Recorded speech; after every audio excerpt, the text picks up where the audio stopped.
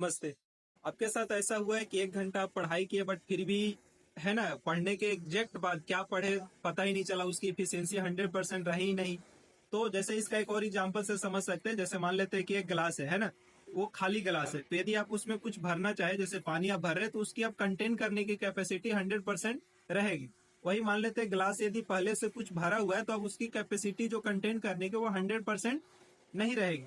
तो सेम हमारे पढ़ाई और स्टडी के दौरान भी ऐसा होता ही है ना, कि पहले से हम ऑलरेडी प्री कंसीव्ड और प्री थॉट्स को ऑक्युपाइड कर लिए रहते हैं, और एक हमेशा ईगो रहता है कि एक चीज तो हम पढ़े ही है, अब इसको क्या दोबारा पढ़े, कैसे पढ़े, है कि नहीं। तो वही एक जापानीज तरीका है, सोशी बोलते हैं। यदि इसका लिटरली मीनिंग होता है बिगनर्स माइंड। तो जब भी हम स्टडी के लिए यदि इस कंसेप्ट को यूटिलाइज करते हैं, तो हमारी इफिशियंसी और प्रोडक्टिविटी काफी ज्यादा इंप्रूव हो जाती है, और है ना, उसको रिकॉल कर पाने की क्षमता काफी ज्यादा बढ़ जाती है। तो आइए देखते हैं कि इसका कैसे हम यूटिलाइज कर सकते हैं पढ़ाई के दौरान। तो इसका एग्जैक्टली मीनिंग होता है लेटिंग गो ऑफ योर प्री कंसेप्शन, है ना, and having an attitude of openness when studying a subject. जब भी आप पढ़ने के लिए बैठे, तो हमेशा एक ओपननेस होना चाहिए, ऐसा कि जैसे ये पहली बार है ना, बिल्कुल स्टार्ट से पढ़ रहे हैं। भले ही आप उसको 100 टाइम्स पढ़ लिए हो, बट फिर भी जब भी आप उसको रिवीजन करने के लिए बैठे, जब भी आप दोबारा पढ़ने के लिए बैठे, तो हमेशा एक बिगनर्स माइंड, जैसे कि आपको पहले इसके बारे में कुछ नहीं आता हो, उस तरीके से आप पढ़ने के लिए बैठे, तो देखेंगे कि उसकी जो उसके टुवार्ड जो लर्निंग एटीट्यूड है वो काफी ज्यादा बढ़ जाती है। तो इसके कुछ स्टेप्स है कैसे आप इसको फॉलो कर सकते हैं। तो हमेशा एक एटीट्यूड रहना चाहिए लर्निंग मोड, है ना, उसमें और क्या नया सीख सकते हैं, और किस टर्मिनोलॉजी को हम कैसे जोड़ सकते हैं, है ना। बी क्रिएटिव, कि उसको और हम अच्छे तरीके से कैसे सीख सकते हैं, माइंड मैप बनाना या फिर और सारी चीजें हो गया उसको करना।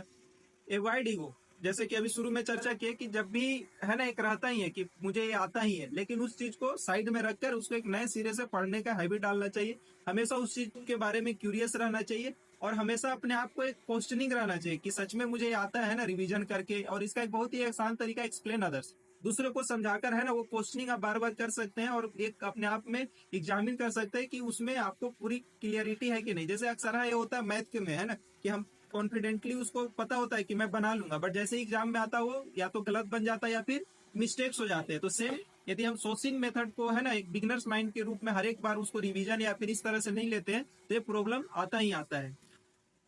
तो बस इतना ही था सोर्सिंग मेथड, इसको आप अप्लाई करिए, आप देखिए, है ना, एक बहुत ही जबरदस्त तरीका है ना, स्टडी लाइक फर्स्ट टाइम। इसका जो सारांश है, मेन जो कंसेप्ट है, जब भी आप पढ़ने के लिए बैठे, ऐसा माइंडसेट रखें कि जैसे इसको आप पहली बार पढ़ रहे हैं, तो डेफिनेटली आपका रिकॉल और जो इफिशियंसी है वो काफी ज्यादा, ग्रास्पिंग पावर काफी ज्यादा बढ़ जाएगा, कंप्रिहेंशन काफी ज्यादा बढ़ जाएगी। धन्यवाद।